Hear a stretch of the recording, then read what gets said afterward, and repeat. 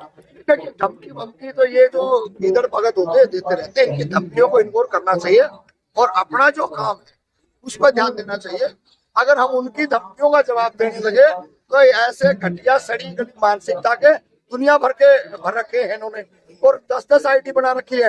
आप किस किस का जवाब दोगे? आपने 12 घंटे के बाद में जाके सबूत आई कि आपने देश के बच्चों के लिए क्या बोल दिया। तो हम है कितने बड़े बड़े कागज हैं, पेरेंट्स आएगा बच्चों के साथ में, और ये अगर वो अपनी बात को समझेगा, वो पढ़ेगा लिखेगा बोलेगा, जब तो बात पड़ेगी ना। तो आप क्या सोच रहे हो नेतागिरी आपकी औलाद करे, आपकी औलाद देशों विदेशों में पढ़े, आपकी औलाद जो है बढ़िया बढ़िया कॉलेज यूनिवर्सिटियों के अंदर जाए बाहर विदेशों में, और इस देश का किसान का, मजदूर का, दलित का, पिछड़े का, मजदूर का बच्चा वो यहाँ का यूनिवर्सिटी का भी उसको नहीं पता, वो भी किसी प्राइवेट कॉलेज में जाके पढ़ता है। देश के किसानों के, मजदूरों के, महिलाओं की जो बात करेगा उसके ऊपर संभावित बात है ये अटैक होंगे, क्योंकि सत्ता में जो लोग बैठे हैं वो चाहते यही है कि डरा के धमका के इनको रखा जाए। लेकिन नमस्कार, मैं मेवालाल। आज मैं जंतर मंतर पे आया हूँ। 5वां दिन हो गया, सीजेपी का आंदोलन लगातार चल रहा है। मैं शनिवार को आया था तो मुझे पैर में काफी देर खड़े होने की वजह से दर्द होने लगा, तो इसलिए मुझे हो गया। तो आज 5वें दिन आया हूँ, तो यहाँ पर मैं आके जानकारी आया हूँ कि आखिर यहाँ पर जो लोग यहाँ पर लगातार आ रहे हैं और जिस तरह से सीजेपी के बारे में करें कि ये गैर कानूनी यहाँ पर चल रहा है, और यहाँ तक धर्मेंद्र प्रधान ने भी कहा कि ये दहशतगर्दों का बी टीम है, और क्या इनका जो आंदोलन है कानूनी है गैर कानूनी है। इन पर लगातार जो यहाँ के जो अपोजिट के लोग हैं यहाँ आके इनको तंग कर रहे हैं, लेकिन फिर भी आज भी 5वें दिन भी डटे हुए हैं। तो हमारे साथ किसान नेता हैं रामपाल जागड़ा जी, इनसे समझूंगे के बराबर आ रहे हैं। यहाँ का माहौल देख करके इनको कैसा लग रहा है, मैं इनसे समझता हूँ। सर जागड़ा साहब, आप तो यहाँ बराबर आ रहे हैं, ये बच्चों के बारे में करें कि ये जो धरना प्रदर्शन चल रहा है तो गैर कानूनी है, आप क्या कहेंगे इसको? कौन कह रहा है ये गैर कानूनी? सत्ता भी ये वो लोग कह रहे हैं जो सत्ता की दलाली करते हैं। तो दलाली करने वाले लोग हैं, उनका तो एम है ना किसी भी तरीके से जो जनता हित की बात करेगा, जो जनता के सवाल करेंगे, तो उनके पास एक ही है कि ये धरना जो है यह गलत है, यह जो है संवैधानिक दायरे में नहीं है। हम ये पूछना चाहते हैं, देश के अंदर एकमात्र जगह है वो जगह दिल्ली जंतर मंतर, और जंतर मंतर पर भी अगर पूरे देश के लोग आते हैं तो वो कहाँ जाएंगे धरने में? और समय की जहां तक बात कर रहे हैं वो कि भाई ये तो इनका समय हो गया, परमिशन खत्म है, तो इस देश के संविधान को और इस देश की डेमोक्रेसी को आप समझें। ये कोई डिक्टेटरशिप नहीं है, ये किसी कानून में नहीं लिखा है कि आप 5 घंटे 3 घंटे की आप परमिशन दोगे और आपके कहने से हम बात रखेंगे। ये हमारा संवैधानिक राइट है। इनको तो परमिशन तो 20 तारीख तक का ना, 5 बजे का था, अब पुलिस ने कह दिया कि अब आपका गैर कानूनी है ये। देखिए मैं वही बात आपको समझाना चाह रहा हूँ, गैर कानूनी क्यों है, कौन कह रहे हैं ये चीज गैर कानून नहीं? पुलिस ने कहा ना, पुलिस कह नहीं रहा है, पुलिस के ये जो है ना घर की संपत्ति है क्या, उनके बाप दादा की रजिस्ट्री है क्या? वो हमारे पैसे से, जनता के पैसे से उनको सारी की सारी जो वर्दी है, यूनिफॉर्म है, तनख्वाह सब उनको मिलती है, और वो कौन हो गया हमको ये कहने वाली ये बात तो आप लोगों को भी समझना पड़ेगा। सुप्रीम कोर्ट का जो हवाला देते हैं ये वहां से भी नहीं है, ये इनकी अपनी तानाशाही है। 2012 में हमने यहाँ धरना लगाया, लगातार 17 तक हमें यहाँ पे कंटिन्यू 200-250 लोग यही खाना बनाना, यही रहना, यही उठना बैठना था। 17 में ये तालिबानी, मैं डंका की चोट पे कह रहा हूँ, ये जो तालिबानी सरकार सत्ता में आई है, इन्होंने 17 में यहाँ पे 1 रैंक 1 पेंशन वालों को उठाया, रामपाल के जो भगत थे उनको उठाया, और यहाँ पे और जो छोटे मोटे धरने थे सबको उजाड़ दिया और इसको बंद कर दिया।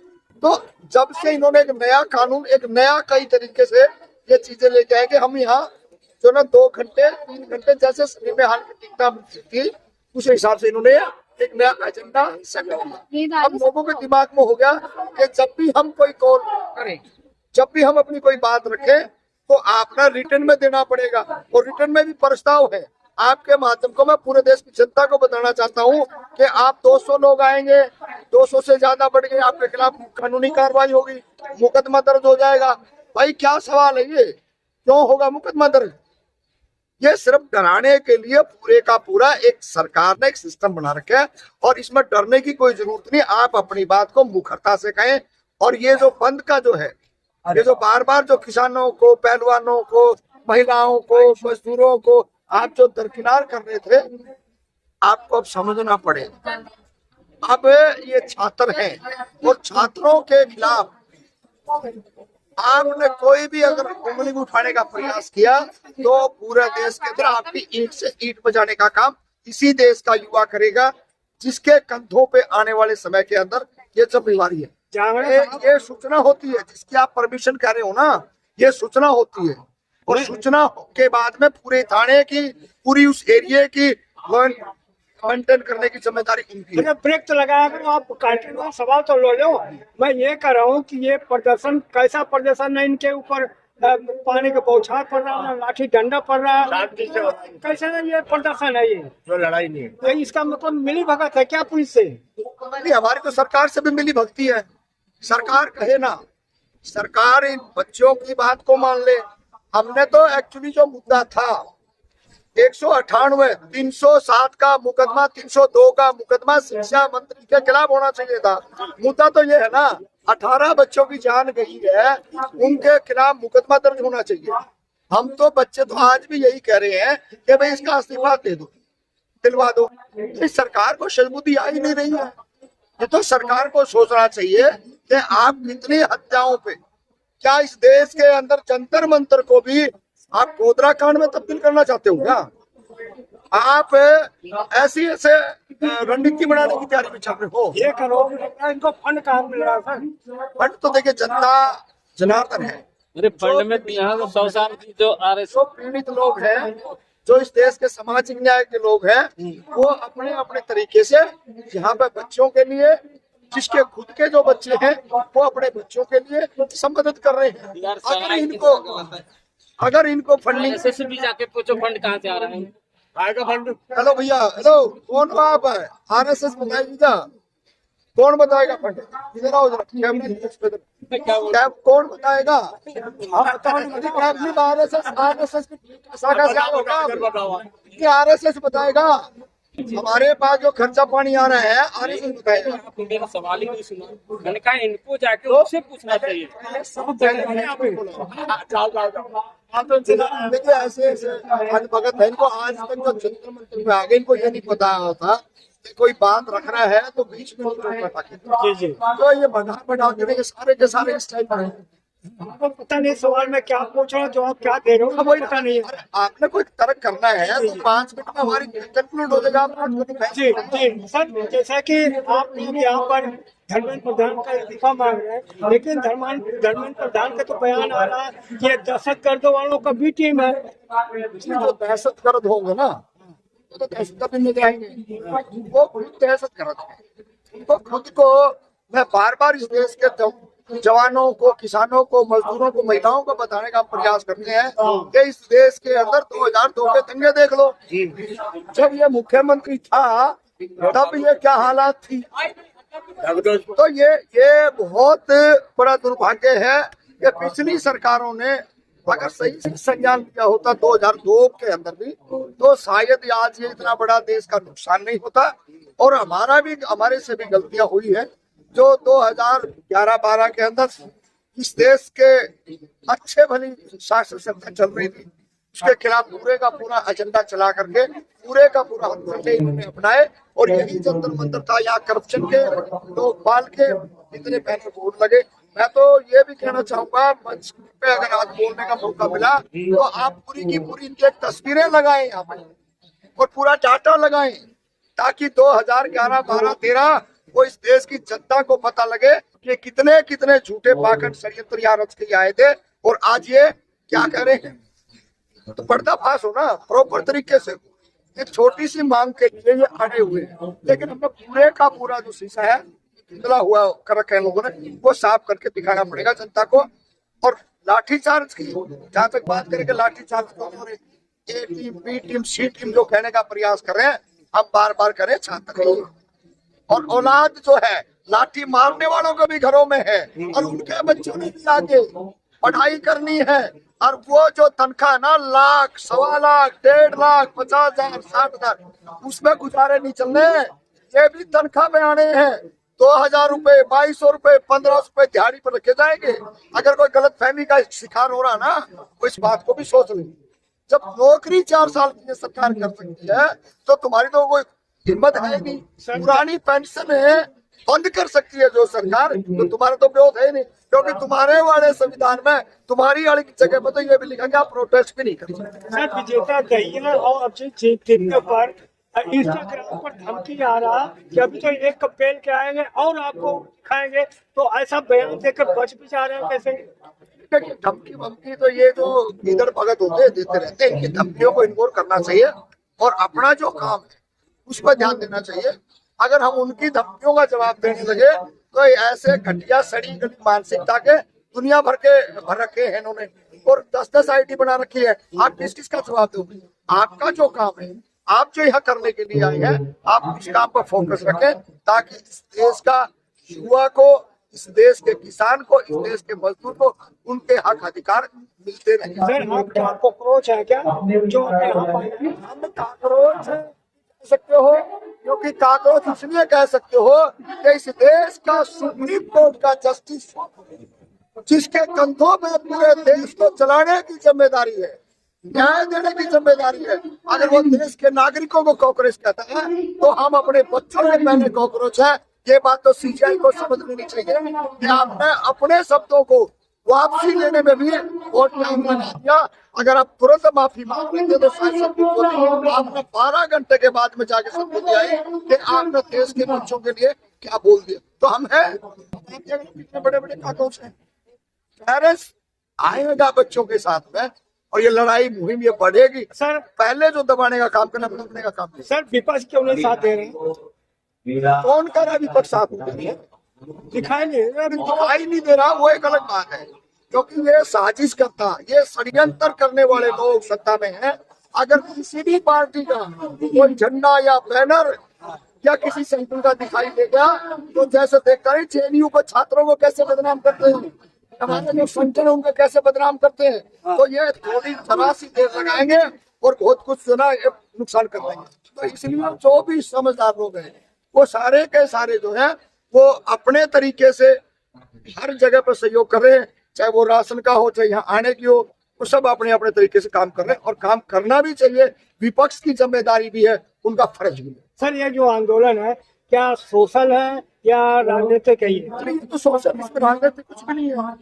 अगर राजनीतिक होती और राजनीतिक सोच होती तो मैंने कहा ना, जितने पेरेंट्स हैं जिसके बच्चों की डेथ करी गई है, हुई है, ये सारे का सारा 307, 302, वर्तमान 198 के अंदर FIR दर्ज हो और उसके गिरफ्तारी हो, और गिरफ्तारी करके मुकदमा चले और वो जेल में रहे।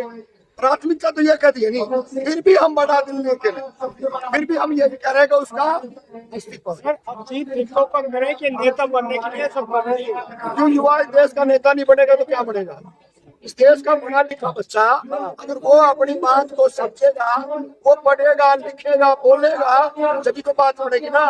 तो आप क्या सोच रहे हो नेतागिरी आपकी औलाद करे, आपकी औलाद देशों विदेशों में पढ़े, आपकी औलाद जो है बढ़िया बढ़िया कॉलेज यूनिवर्सिटियों के अंदर जाए, बाहर विदेशों में, और इस देश का किसान का, मजदूर का, दलित का, पिछड़े का, मजदूर का बच्चा वो यहाँ का यूनिवर्सिटी का भी उसको नहीं पता, वो भी किसी प्राइवेट कॉलेज में जाके पढ़ता है।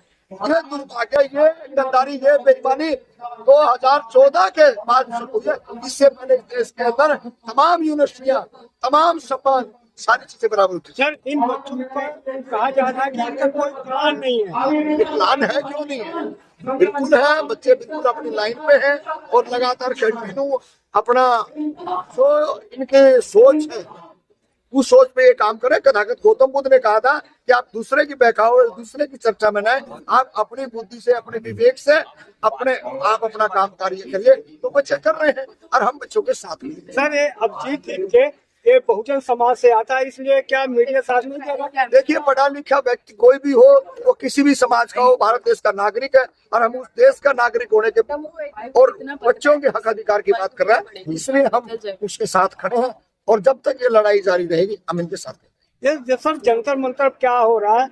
एक निशु आजाद लड़की है, उसके बाप को यहाँ पर मारा गया, वो चोट पहुंचाया गया, क्या दहशत फैलाना चाह रहे हैं क्या है? देखिए, जो इस देश की शिक्षा की बात करेगा, इस देश के अंदर रोजगार की बात करेगा, इस देश के किसानों के, मजदूरों के, महिलाओं की जो बात करेगा, उसके ऊपर संभावित बात है ये अटैक होंगे।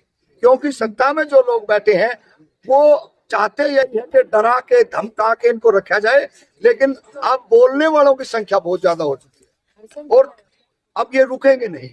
आप कितनी लाठी से, कितनी गोली से और किस तरीके से झूठे मुकदमे दर्ज करा के जेलों में बंद करवा सकते हो, लेकिन छूटने के बाद में हम फिर बाहर आएंगे, आपका हिसाब किताब कर रहे हैं। आपकी तो पैदाइश 2014 हुई है, आपका तो जुम्मा साल कितने हुए हैं, और जो आपने जो चीज तैयार करी है पौधे, वो खुद उनकी जो ना वो कॉलेज यूनिवर्सिटी का ढंग से मुंह नहीं कर रखा उन्होंने। आप किसी के बच्चे को 20,000 रुपए देके और किसी के सामने भड़काने का जो कार्य कर रहे हैं ना, आने वाला समय ये होगा कि उनकी औलादों की औलाद क्या करेंगी, उनका क्या भविष्य होगा।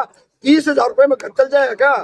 20,000 रुपए में घर नहीं चलेगा। ये तो देखना पड़ेगा। जो हमारे बच्चे ना वो पीएचडी कर रहे हैं और पीएचडी करके वो अपना खर्चा स्वयं उठा रहे हैं, 40-50 हजार रुपए मिल रहे हैं, तब भी हमारा घर चलना नहीं चल रहा है।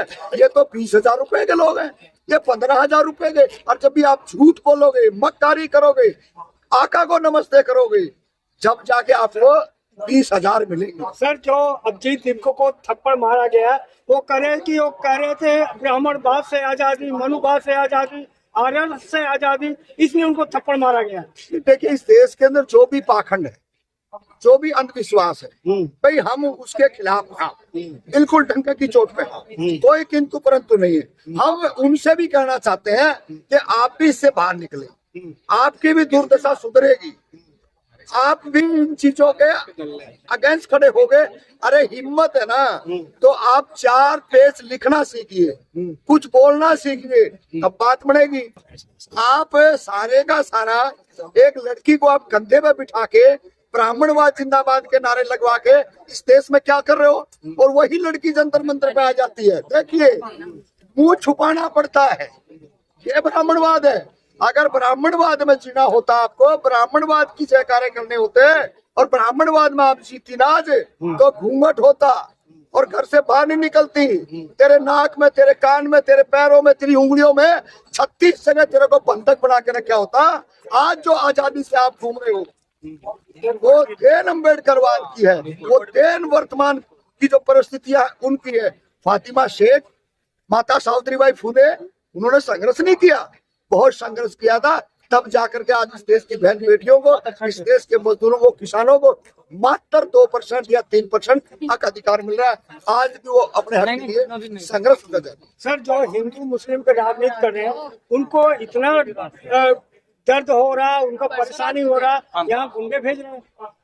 देखिए, हिंदू मुस्लिम की राजनीति चलेगी नहीं, ज्यादा लंबी नहीं चलेगी, और खास करके ऐसे आंदोलन जो बिल्कुल सामाजिक न्याय के धार पे तो वहां नहीं चल सकती। इसीलिए बार बार इन लोगों को बाहर निकाला जाता है कि देखिए, यहाँ हम इस देश के भविष्य की बात करें। मेरी आस्था है, मैं जिसको मानता हूँ अपने अंदर मानता हूँ, मैं उसका प्रदर्शन नहीं करता हूँ। आप प्रदर्शन मत करिए, आपकी आस्था मानिए। जो मेन मुद्दे जो है उन मुद्दों पे बात करें। सरकारें बनाते हैं तो सरकारों से जवाब है कि बदले में हमारे को क्या, हमने अपनी बुद्धि दी है ना, हमने अपनी बुद्धि का पूरा रस उनको दे दिया कि आप हमने राजा बना दिए। अब राजा से तो रिप्लाई करेंगे ना भाई, वो राजा समझता है कि मैं मालिक हो गया हूँ, तो मालिक आप नहीं हो, आपने जनता को बैक टू सोसाइटी करना पड़ेगा, वरना आपको ये कुर्सी खा देगी। सर लास्ट सवाल, क्या परिणाम चलने वाला है, आप क्या सोचते हैं? ऐसे खाली हाथ चले जाएंगे, कुछ बदलाव पुलिस इनको डिटेन कर ले जाए? आप अगर गाँव से आए हो, एक कहावत है ना, जब गोबर नीचे गिरता था जमीन पे और लेके उठता है, लेके उठता है। तो वही कहानी है। हम अगर यहाँ जंतर मंतर पे आ गए ना, हम कुछ लेके जाएंगे खाली नहीं जाएंगे। हमारे पास खोने को कुछ है ही नहीं, खोएंगे क्या? यहाँ तो जो बच्चे पहली बार जंतर मंतर पाए हैं वो भी कुछ सीख करके जाएंगे, वो भी कुछ बोलना सीखेंगे, वो भी कुछ लिखना सीखेंगे, वो भी इस इतिहास के पन्नों में ये सरकार और ये शिक्षा मंत्री का दर्ज होगा नाम, वो याद रखेंगे। जो हम तो कुछ न कुछ लेने के लिए आए हैं और छात्रों को बता रहे हैं कि आप बोलिए, आप लिखिए, आप पीछे खड़े हैं। बिल्कुल सीना तान के खड़े, कोई दिक्कत नहीं है। और बहुत लंबे समय से लड़ रहे, आगे भी लड़ेंगे। चलो ठीक है, आपने समझ लिया, बहुत बहुत धन्यवाद। तो